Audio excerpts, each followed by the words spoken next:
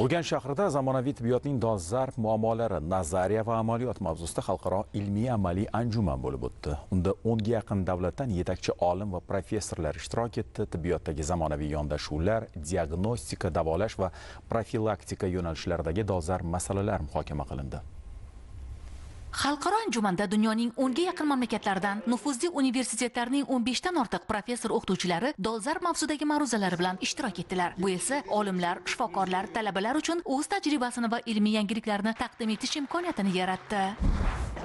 Men Anqara universitetining bolalar jarrohligi bo'yicha mutaxassisiman. Yangi tug'ilgan chaqaloqlardan boshlab 18 yoshgacha bo'lgan bolalarda ko'krak qafasi, qorin bo'shlig'i, urologik va ginekologik kasalliklar bilan ishlaymiz hamda ularning jarrohlik amaliyotlarini bajaramiz. Bizning universitetimizdagi bolalar jarrohligi klinikasi minimal invaziv jarrohlik sohasida Turkiyada, hatto dunyoda yetakchi klinikalardan biri hisoblanadi. Men taqdimotda ana shular haqida to'xtaldim. Shu bois ham bu yerda hamkorlikni yo'lga qo'ysak, bizning universitetga kelib tajriba olish mumkin. Biz ham xohlagan paytda bu yerga kelib ishlashimiz mumkin. Samarali va foydali ishlar qilishdan mamnun bo'lardik.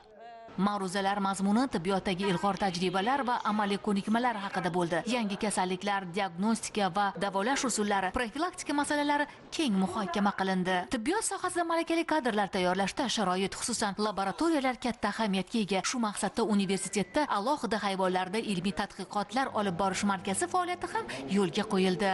Hayvonlarda ilmiy tadqiqotlar olib borish markazi. Bu yerda ham ilmiy tadqiqotlar olib boriladi, ham ular saqlanadi. Umuman olganda talabalarning har tomonlama mazkur yo'nalishda o'z bilimlarini, malakalarini oshirishlari uchun yetarlicha shart-sharoitlar yaratib berilgan. Biz mana ko'ryapmiz, yangi zamonaviy laboratoriyalarga ega. Laboratoriyamizda nafaqat ilmiy, balki bakteriologik, virusologik tekshirish, PCR-da DNK tekshirish amaliyotlarini o'tkazish imkoniyati yaratiladi. Bu kelgusida erta diagnostika qilish, ya'ni kasalliklarni erta aniqlashda juda katta rol o'ynaydi. Xalqaro anjuman ishtirokchilari ham mazkur markaz faoliyati bilan yaqindan tanishdilar. Çok güzel şeyler gördük. Bir defa Memmun Üniversitesi. Bugün men Mamnun Universiteti bilan hamkorlik bitimini imzoladim. Ko'rganlarimizdan juda mamnun bo'ldim. Qisqa vaqt ichida katta yutuqlarga erishilgan. Ta'lim uchun barcha imkoniyatlarni safarbar etgan. Ishonamanki, bu yerda O'zbekiston uchun juda yaxshi kadrlar yetishib chiqadi. Avvalo davlat yetakchisining sohada katta imkoniyat yaratib berganini ham aytishimiz joiz. Mana bu yerda tibbiy laboratoriya ochilishiga ham guvoh bo'ldim. Sharoitlar yetarli. Talabalarni omadli deb hisoblayman. Yaxshi natijalar bo'lishiga ishonaman. Biz ham ajdodlarimiz yurti O'zbekistonda ekanimizdan xursandmiz. Xullas, xalqaro anjuman va yangi foydalanishga topshirilgan laboratoriya markazi yurtimizda tibbiyot rivoji, yangi bilimlarni joriy etish va aholi salomatligini yaxshilashda muhim o'rin tutadi.